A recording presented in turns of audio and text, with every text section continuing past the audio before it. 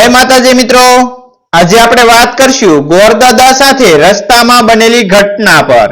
શિયાળાની સાંજ હતી। આકાશ ધીમે ધીમે કેસરી રંગમાંથી ઘુમસિયા રાખોડી રંગમાં બદલાઈ રહ્યું હતું।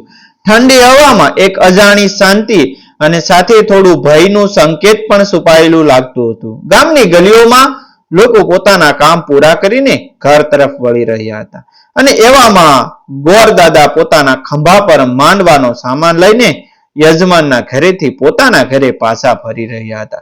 ગોરદાદા ગામમાં ખૂબ જ માનનીય વ્યક્તિ હતા। લગ્ન વિવાહના પ્રસંગોમાં તેઓ વિધિ કરાવતા, મંત્ર ઉચ્ચાર કરાવતા અને લોકોને આશીર્વાદ આપતા।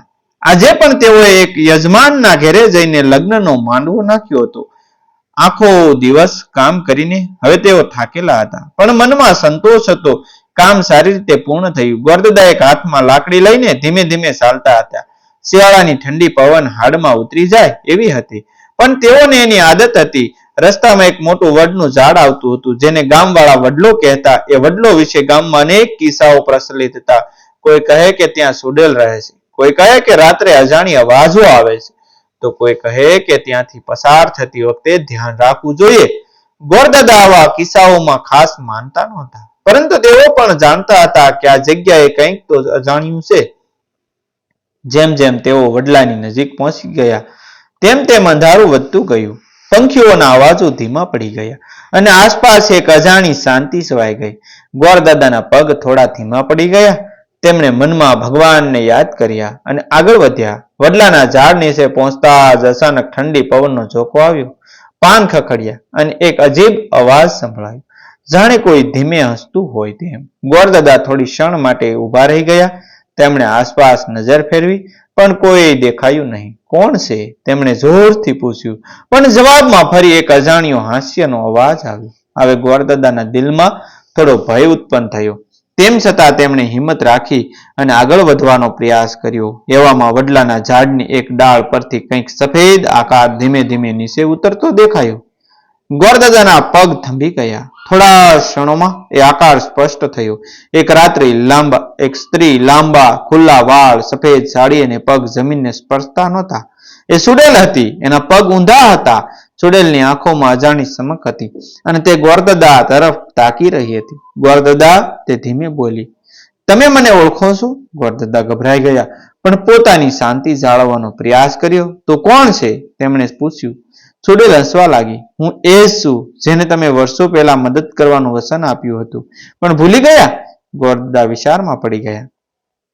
તેમને યાદ આવવા લાગ્યું કે ઘણા વર્ષો પહેલા એક ગરીબ સ્ત્રી તેમના પાસે આવી હતી, જેને કોઈ મદદ ન મળી અને અંતે તેણે આ વડલાની નીચે આત્મહત્યા કરી હતી। કદાચ આ એ જ આત્મા હતો। મારે શાંતિ જોઈએ છે, સુડેલ બોલી, મને મુક્તિ આપો। ગોરદાદાએ ધીમે શ્વાસ લીધો। હવે તેમને સમજાઈ ગયું કે આત્મા દુઃખી છે, ભયંકર નથી। તેમણે પોતાના થેલામાંથી થોડું ગંગાજળ કાઢ્યું, મંત્ર ઉચ્ચાર કર્યો અને ભગવાનને પ્રાર્થના કરી। સુડેલ ધીમે ધીમે શાંત થવા લાગી। તેની આંખોમાંથી આંસુ વહેવા લાગ્યા। મને માફ કરો, તે બોલી, મને કોઈએ ક્યારેય સમજાવ્યું નહીં। ગોરદાદાએ મંત્ર પૂરા કર્યા, ગંગાજળ છાંટ્યું। થોડા ક્ષણોમાં સુડેલનો આકાર ધીમે ધીમે ધૂંધળો થવા લાગ્યો અને અંતે ગાયબ થઈ ગયો। વડલાની આસપાસ ફરી શાંતિ છવાઈ ગઈ। પવન થંભી ગયો અને જાણે વાતાવરણ હળવું થઈ ગયું। ગોરદાદાએ ભગવાનનો આભાર માન્યો, પોતાના ઘરે તરફ આગળ વધ્યા। આજે તેમણે માત્ર એક માંડવો જ નથી નાખ્યો, પણ એક આત્માને મુક્તિ પણ આપી હતી। ઘરે પહોંચીને ગોરદાદાએ આખી ઘટના કોઈને કહી નહીં, પરંતુ તેના ચહેરા પર એક અજાણી શાંતિ દેખાતી।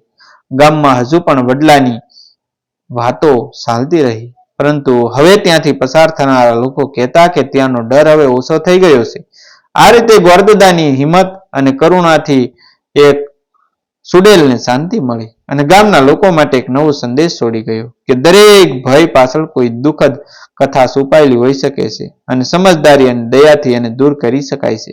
મિત્રો, ખરેખર અમારો વિડીયો તમને પસંદ આવ્યો હોય, તમને આવી ભૂત પ્રેતની વાર્તાઓ છે, લોક સાહિત્યની વાર્તાઓ છે કે કોઈ જીવનલક્ષી વાર્તાઓ છે, જીવનની અંદર માર્ગદર્શન મળે, પ્રેરણાદાયક છે ઘટનાઓ તમને સાંભળવી ગમતી હોય તો અમારી ચેનલને સબસ્ક્રાઇબ કરી દેજો।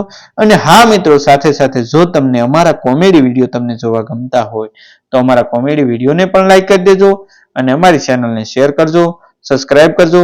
ત્યાં સુધીમાં બીજા મિત્રોને એક મિત્રને શેર કરશો, જેથી કરી અમને નવા વિડીયો બનાવવાનો ઉત્સાહ રહે.